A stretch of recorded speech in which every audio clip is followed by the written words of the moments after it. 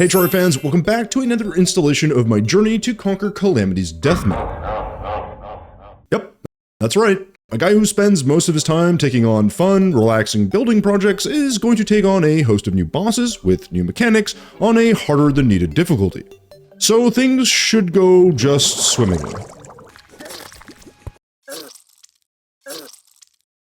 Anyway, skill issues aside, let's get into it, shall we? Okay, so we just finished making a lot of progress, from getting into hard mode by beating the wall of flesh, which only took a couple of attempts. Oh, why did I do that? Oh no. And managing to take out Queen Slime and even a new Calamity boss in Cryogen. Not only that, but we eventually got our sweet revenge on the twins, and found some time to dig up a few new materials. So yeah, we got a lot done, and I never really had much of a breather to actually celebrate my many achievements, meaning we're going to be focusing on something I'm actually good at, building. And this build wasn't just going to be a shoebox, this was going to be bigger, better, and more intricate than the other builds I'd done so far. In part because I had more materials and wanted something a little more interesting to look at, and in much larger part because I really needed more room for my NPCs. Now, I wasn't really sure how to get started, and if you've ever done building in Terraria, that's probably something you've experienced as well, but sometimes it's just good to just, well, start. So I went with this overly fancy pillar which used these slabs, some wood fences, and some stone platforms.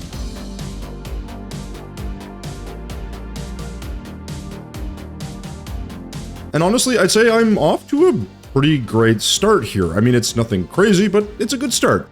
But like anything I ever do in this godforsaken game, I was immediately interrupted by a random spawn of another mechanical boss, the Destroyer. And for the sin of interrupting my building session, he would have to pay dearly, and I had to send a message.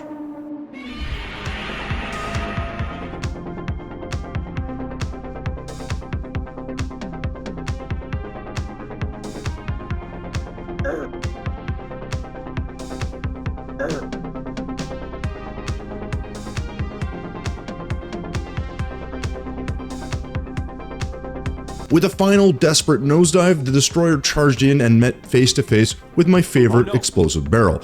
And just like that, Destroyer and the unwanted interruption were simultaneously over.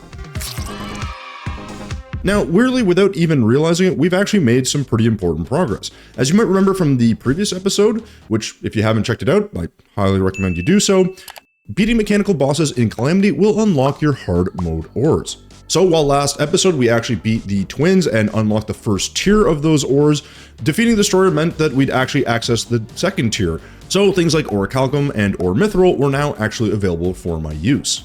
And I'm sure most normal people would be really excited about this. They'd grab their Splunker potion and maybe a mining potion and get down there and actually go to town mining a bunch of new ores. But I didn't have time to worry about that or bask in the glory of this victory. Hell, I couldn't even bother to open the loot bag. I had building to do. Now, like I was saying before I was rudely interrupted by our mechanical friend, this build was going to be a much larger version of what I had previously made because, quite frankly, I just needed the housing capacity for my NPCs, and it's just nice to have something pretty to look at. Now that said, I wanted to keep the same style in mind, and the design meant that I was going to be using some of those same materials, things like some stone slabs and gray bricks for the foundations of the build, as well as some of the walls as well.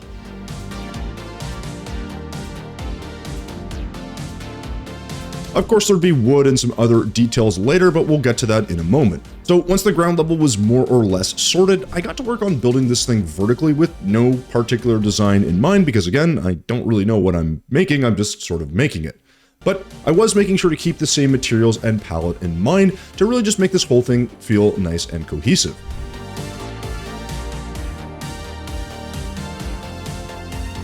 On the second floor, I decided to make this fun little staircase design, which I have used before, using some wood platforms and some pearl wood, which I liked enough that I sort of decided to copy the design down on the bottom floor as well.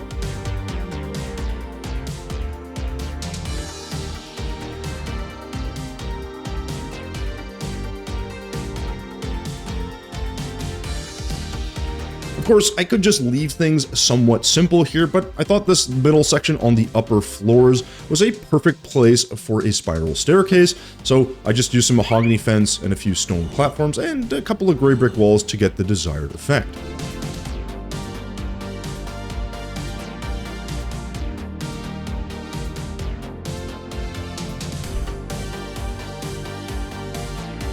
Now, if any of you guys are curious about how I make some of these stairs or anything like that, I do have a tutorial somewhere on the channel, guys, so feel free to check that out. I'll put a card or a link in the description.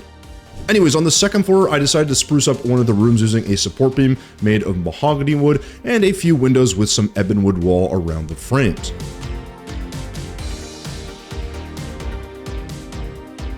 Then I added this rather crazy looking purple rain wallpaper, which I did paint gray, and then did essentially the same design in the other rooms to keep things tied together.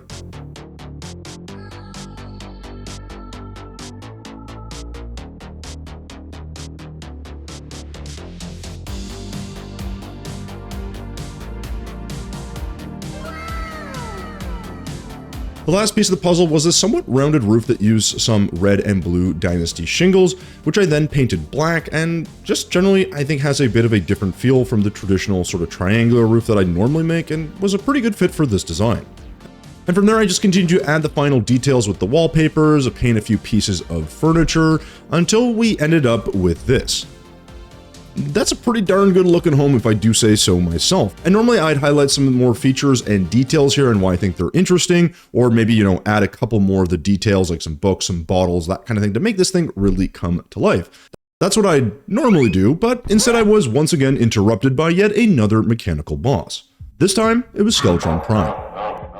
I swear to all that is holy, how does this keep happening?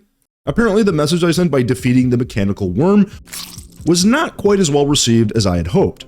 Perhaps it lacked the necessary violence. Perhaps only a resounding victory would do the trick. So that's exactly what I aimed to do. It was once again time to deal with an unwanted nuisance, and I was ready.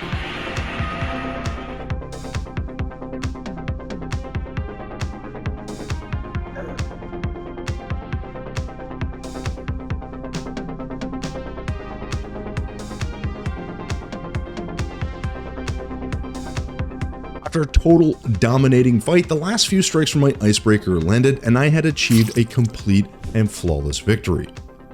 Skeletron Prime was defeated, and this marked the end of the interruption and the beginning of a new chapter. I had finally conquered all 3 mechanical bosses. Now, most of you know this is usually a pretty big deal because it gets you on to the next stage of the game. So normally at this stage, most of you would probably be excited to move on to the jungle and start gathering new resources like chlorophyte and preparing for Plantera. But this, sir, is no normal playthrough. This is a playthrough where a builder is going through Calamity, so I had business to attend to, meaning I finally had to finish up this damn build. So I went home once again to add some final touches like some paintings, massively improve the bottom floor by using some smooth navy stone, some boreal wood, and some gray brick walls, and, you know, really just ultimately to provide some texture, and finally included a little bit more of a castle feel to the bottom floor by adding some stone slab walls, as well as some grates.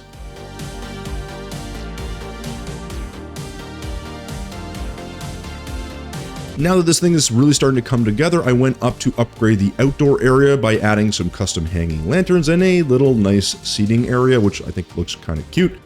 And from there, I just added all the little touches that really brings a build to life.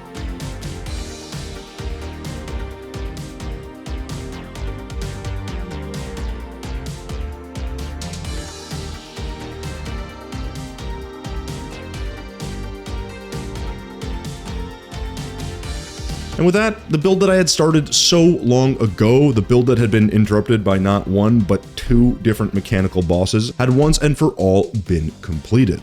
There's a lot of little details here that I like. I think the design is interesting, and I do think adding this to a world like this, while not necessary, really kind of makes us feel a little bit more cohesive and immersive, and it's a reason I really think people should do a little bit more attempts at building through their playthroughs, because it just makes everything feel like it comes to life. But hey, that's just my opinion. Now, I know with a build like this, it seems like it just got put together in 5 minutes, but this was truly a labor of love with a lot of interruptions in between. And while I did spend a lot of time focusing on getting this design completed, I did actually make some important progress. The house itself did mean that we had obviously more room for those NPCs, but defeating the 2 final mechanical bosses meant that I knew exactly what my next steps were going to be. I was going to be heading to the jungle. But for now, I was just going to relax in my new home and rest up for all the challenges that awaited me in the next part of my journey.